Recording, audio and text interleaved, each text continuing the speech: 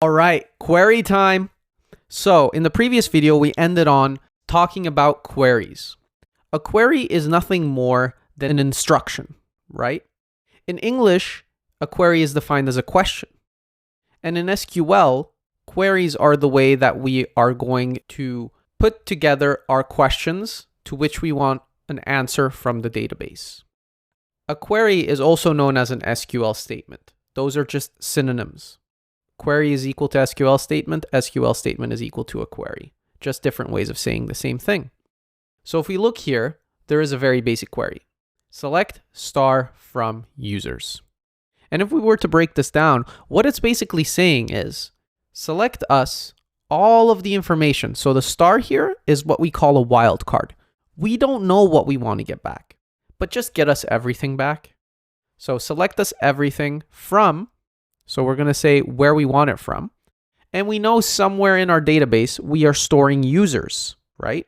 So select us everything from users. That's pretty straightforward. So let's execute that. All right, so here we see select star from user.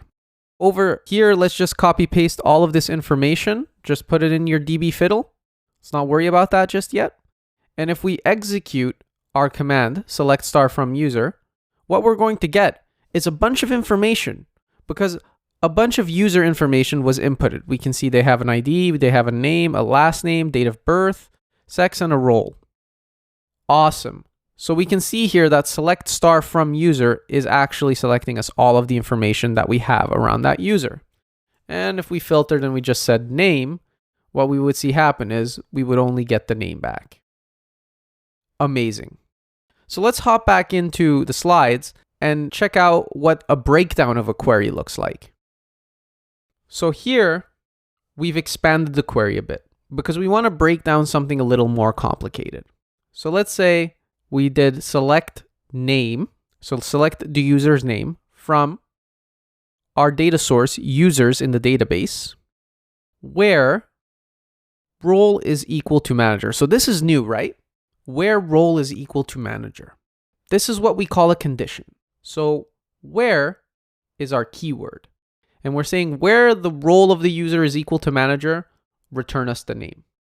I hope that makes sense.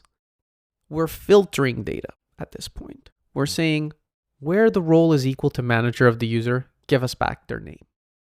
And so if we were to break down this query and we looked at it line by line, select name is a clause, from users is called a clause, and where role is equal to manager is called a clause. These are just parts of the SQL statement or the query. So each line here is called a clause. And when we see select name, name is called an identifier. Now, what is an identifier? An identifier is just a different word for a part of the data. We know that users have a name. So when we select name, we're saying that name is the identifier that we want. And when we look at the last line, where role is equal to manager, our filtering line, this is a bit more complicated, right? Where is our keyword? Role is our identifier, but the line role equals manager is called a condition. So a condition is something that needs to be met. We're saying that, okay, a user has a role. That role needs to be equal to manager in order for us to get some data back. Pretty straightforward. And manager is called our expression.